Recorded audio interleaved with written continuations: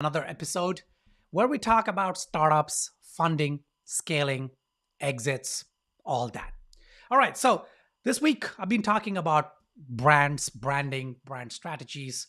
Yesterday we talked about differentiation, brand differentiation, and so on. So today's topic is crafting a strong brand positioning statement.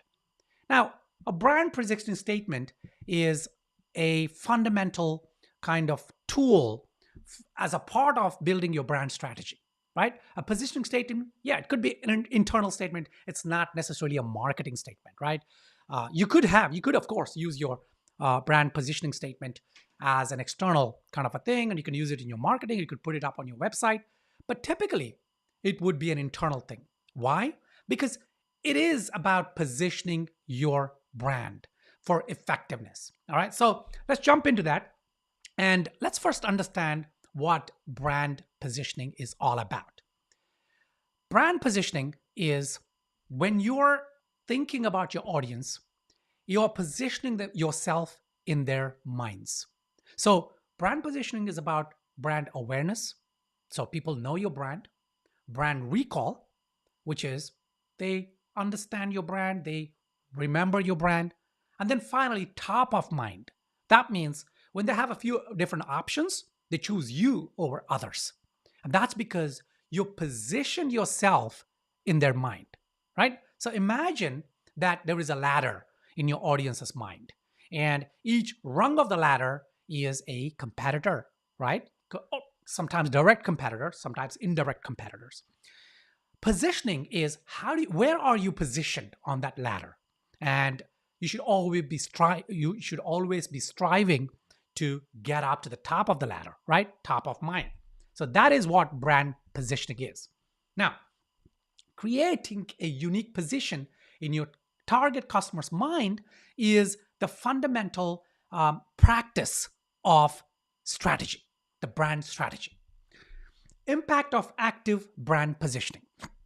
Okay, so why? Why do we need to position? Does our awesome product not speak for itself? Does our service not speak for itself? Our high quality, our cheap price? No, none of these speak for your brand. What really speaks for your brand is your active positioning, right? So it's made up of course, your brand essence. On top of that, you build your customer avatar and an archetypal avatar. And from that, you build your brand avatar. And that determines your tone and voice, your full messaging framework, your brand story, your brand icons. And I'll talk about these in different episodes. But all these two things come together to and during the audience journey, right? So one of the episodes I did, I talked in detail about what an audience journey is. And at each of these touch points of this journey that your audience is going through, from not realizing they have a problem, to realizing they have a problem, realizing there's a solution, realizing there's many solutions out there, realizing you or your brand or your startup, what you're offering is one of the solutions, and that it is the best solution, choosing you and buying from you, becoming your customer, continuing to be your customer, continuing to be a loyal customer, to becoming a brand ambassador, right? This is the complete journey of your audience.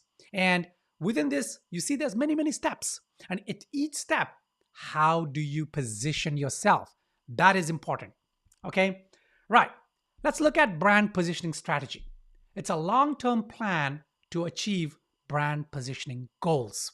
The key components are in-depth market analysis. We're going to talk about each of them in detail. Thorough competitive analysis and defining your value proposition. These are the three important components. There's many, many, many other components, but for the sake of this video, this episode, these are the three components that we will touch upon. Okay, so it's a long-term plan to achieve brand positioning goals. Let's look at the first one: in-depth market analysis. Market characteristics, market life cycle stages, defining market segments and personas, and these are the three subcomponents of in-depth market analysis. Okay, what does it mean? What are market characteristics? So to position your brand or your startup. Now, you have, let's say, I don't know, an innovative email client that uses AI and predictive kind of analysis and writes emails for your clients, right? Automatically.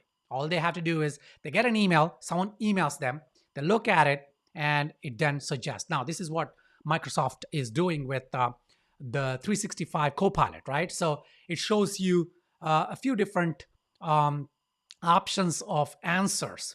And you say, yeah, okay, you choose one. It writes the full email, sends it off. Let's say you've come up with that. Okay.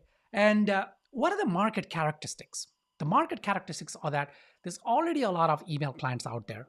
Your consumers are used to responding by typing replies or canned messages and customizing them. Now, this new thing says, oh, you don't need to do all that.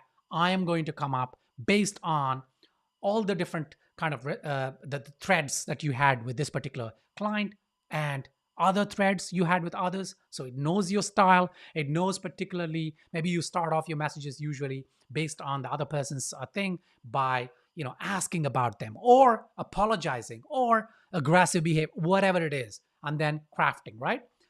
Market characteristics determine not just how your consumers behave, but what is happening in terms of email clients. What is happening? In fact, one of the market characteristics could be that email clients are slowly dying out. I don't know. I'm just saying, like, don't take this too seriously, guys, right? This example, it's bull butter. It's only to illustrate what these concepts are. Next, market life cycle stages. So your market, as per the characteristics, could be a beginning market kind of entry level market stage, right? So this is where AI, for example, entry level, or it could be in the middle. For example, I don't know. We're looking at what's happening with my camera, man. Yeah, it seems to be glitching, but yeah, it seems to be better. It's glitching. Okay, so it could be in the middle, right, where people are still getting on, and it's an exciting technology. People are loving it, and it's maturity, where it's any more new entrants into this market, they're going to find it difficult because they're established brands already.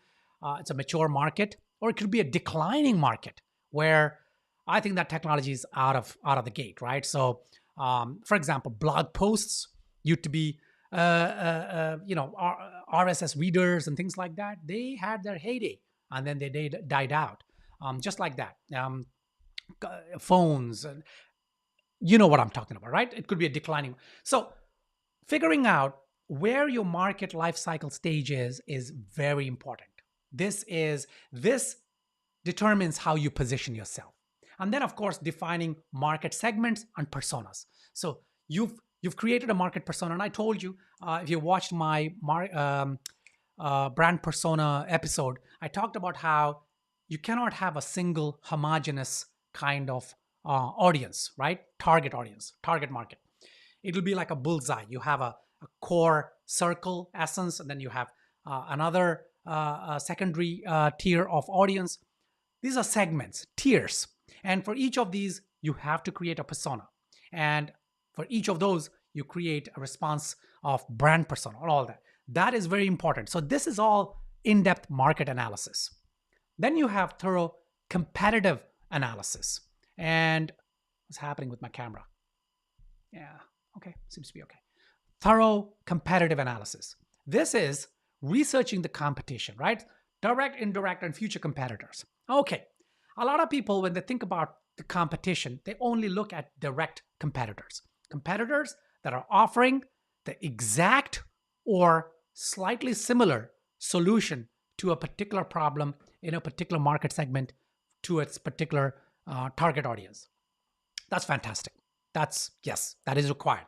But you also need to look at indirect competition. For instance, if Netflix is looking at Amazon Prime as a direct competitor, that's fine. It's looking to Disney Plus streaming services, right? Hulu, HBO Max, Paramount, whatever. These are all direct competitors. But there's also indirect competitors such as YouTube, TikTok. Yeah, you know what? Personally, I used to watch a lot of Netflix and all that. These days, I can't be bothered. I prefer to just open up YouTube and browse through talks or videos like this, for instance, where people are talking about certain concepts. It could be AI. I find that they're shorter, they're more interesting than, I don't know, trying to watch a film or browse through. So, YouTube or TikTok could be an indirect competitor. What about future competitors? We don't know what they are. But in your market segment, you need to sort of extrapolate and say, where could this technology go, right? If your service is streaming, online streaming of content, what's happening with the consumers? Would it be AR, VR? It could be 3D metaverse. It could come back. It seems to be dead out there, but it's gonna come back. It's gonna it's gonna come back. When it does, then what does streaming really mean? Would people be interested? Maybe people would put on their headsets and they would be. So future competitors, very important, because if you don't have at least a little bit of an idea of your indirect and future competitors, that's when you're going to be washed in the tsunami when change happens. Evaluate competition and complete SWOT analysis, right? So SWOT analysis is very important. You got to really, really look at the strengths and the weaknesses, opportunities and threats. That's what a SWOT analysis is, a simple grid. What are your strengths, right? What are your weaknesses? What are your opportunities out there? What are your threats? And then reference those with the strengths of your competitors and so on and so forth. So I'll do an episode on that maybe one day. Okay, define brand value proposition. Look, at the end of the day, your brand's value, it has to be unique.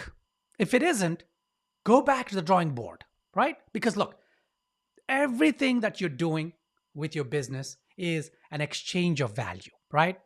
You give value to your customers and they give you money. They give you loyalty. They give you attention. They give you love. So if you're not giving enough value, you're not going to have a business. But it's not just about the quantity. It's not about, we have 10,000 videos on our streaming service, 10,000 films. So what, right? If they're poor quality, people are just going to end up browsing, getting tired of it. It should be unique value. Look at Gaia, for example. That's a streaming service that is not competing. It's unique. It does not do regular films. It only focuses on spirituality, the cosmos, new thinking, all that, right? So that could be unique value. Now, is it a good model? I can't comment. Maybe not. But you know what I'm saying. It has to be unique value. You need to understand it first of all for yourself, not about the bullshit you put out there, saying, "Oh, we are unique," and all. Do you believe in it? Are you really unique? Tell me. Are you really unique? Is your brand unique? Is your idea unique? Yeah. So selecting a value proposition. It could be either product innovation, efficiency and pricing, or superb customer service. So your value proposition could be either exceptional product innovation. If your product or service is completely innovative, then yes, that's your value proposition. And you ride that wave till, you have, incumbents come in, new competitors coming in and all that. What about efficiency in pricing? If your entire kind of value is you're so efficient that you can reduce the price and still provide high value, then okay, you're going to be trudging on dangerous water there, because it could be that it's a race to the bottom, and you gotta somebody else might come up with lesser pricing, and so it is dangerous. But if you're like Amazon and you do it well by tweaking efficiency, yes, It could be superb customer service that you cannot beat. That could be your value proposition. But that's why I said at the beginning of this episode that this is all about internal, because you don't want to just tout customer service as your value proposition, as that's the only thing that differentiates you from the competition. No, that cannot be it, because you know what? People expect it. It's not something special. But if you do it right, more than what they expect, that's when it becomes your value proposition without you saying it, right? Without you putting it on your marketing material on your website saying, we have the best, customer service. So what? People will be the judge. Review competitors' value propositions if possible. So it is relatively easy. There are certain strategies and tactics, and there are certain things you can look out for in your competitors to really understand, are they, well, product innovation is pretty straightforward, but efficiency pricing sometimes can be disguised. Customer service, you would know, so on and so forth. Or outside these three, anything else, you can try and gauge that. Create your brand positioning strategy. Now, the ways to position your brand: pricing, quality, customer service, performance, convenience, lifestyle. All of these are there are different things that you could use. I'm not saying if pricing is your kind of positioning, don't be blatant about it, right? If you want to really, if you know that you have such a scale and efficiency, or you have a unique and exclusive access to certain raw materials that your competitors don't, and that's why you can reduce the price, whatever, okay, but don't be blatantly talking about it, okay? Use that as an internal positioning, but find an external positioning too, a brand story that resonates with your audience. Quality, everything is the same, right? Next, analyzing competitors' positioning strategies. Again, do that by positioning, by understanding your positioning first. Embracing your unique positioning. So your unique positioning, once you come up with it, embrace it, okay? Do not be doubtful. If you're doubtful, that means you got to go back to the drawing board. So I'm saying you have to have such a strong, unique positioning strategy built up that you will embrace it, okay? All right. Finally, the positioning statement. How do you craft it? Incorporating your unique positioning into a concise statement.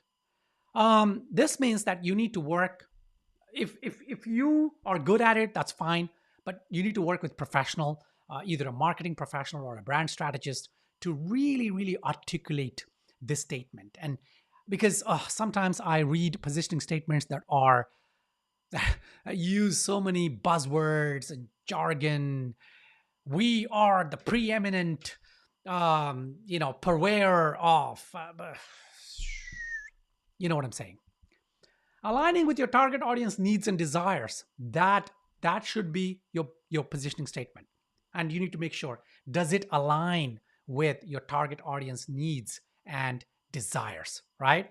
And then, is it consistent in your messaging, right? So you have to make sure that your messaging framework, which is made up of your brand story, and then the story blocks, the micro stories, and you're bringing in your core values, your brand dictionary, and all those words, are they coming in, the phrases, the action phrases, the core value phrases, all these things put together, are they consistent in terms of putting out this positioning out there? Okay, that means are all these things being used consistently to position yourself, your brand, in your customers' minds in the right way, the top of mind? Okay, that's important. Then, of course, communicating your brand positioning. Yeah, so your branding, your messaging, all has to be consistent. Use various marketing channels to amplify your message. Create content that supports your brand positioning. So once you have this, your content should support your brand positioning. Do not create content that either undermines your positioning or goes against it. For example, if your positioning is that you are a premium and exclusive membership based, I don't know, club, okay, then putting out a video that, or sharing a video that is tasteless, that is crass, crude, it's slapstick, may not, it's going to undermine your positioning, right? Imagine you're, I don't know, Louis Vuitton or Gucci. Well, the lines are being blurred because they're all struggling. Those Uber brands, those premium luxury brands, they're not luxury anymore. Yeah, they're luxury in terms of the story they tell and the perception they're trying to create. They used to be effective at one time, but now because of Gen Z and TikTok and this kind of new fashion, these guys are struggling and they're trying to get into on the game. But anyway, let's just say you're Louis Vuitton or Gucci.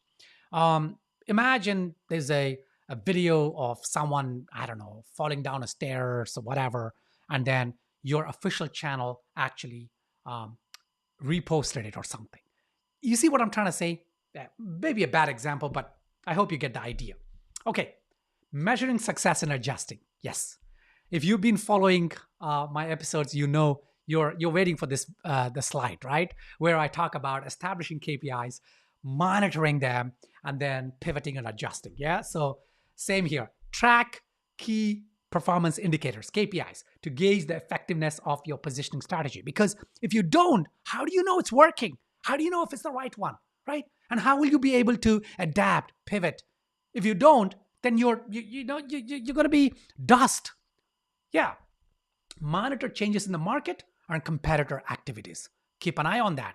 Dedicate a resource in your team, even if you're just brand new startup, and even if you're seeking funding.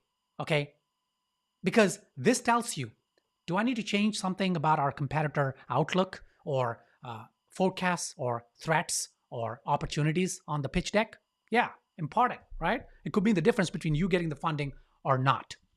Okay, adjust your strategy as needed to maintain a strong and relevant positioning. Okay, common pitfalls and how to avoid them. Avoid generic or vague positioning statements, or avoid using a lot of jargon and highbrow words. Forget all that. Don't try to be everything to everyone. Focus on your unique value proposition. Don't try to please everyone. If you try to please everyone, you please no one. And you know what? You're one of the audience. You're a person. You're a human being. You know that. People cannot be pleased. People cannot be pleased all the time, right? You cannot. That's a fool's errand. So pick whom you want to please and just please those people. That's it. Stay true to your brand's values and identity. So that's why when I said first, your brand essence, your vision, your mission, your core values, those are important because your value proposition should align with those. You should stay true to your brand values and your identity. All right. So that is the topic for today. I went overboard a little bit, but I could talk for hours on this. This is one of my passions. Positioning, the art of positioning and the strategy. I love it. I can talk, till the cows come home, but I won't. Don't worry. Okay. So if you have any questions on this, hit me up on DM on LinkedIn or Twitter. I will try to offer you my 2 cents, or maybe not. But yeah, let's continue this theme tomorrow. And till tomorrow's episode, go forth and prosper.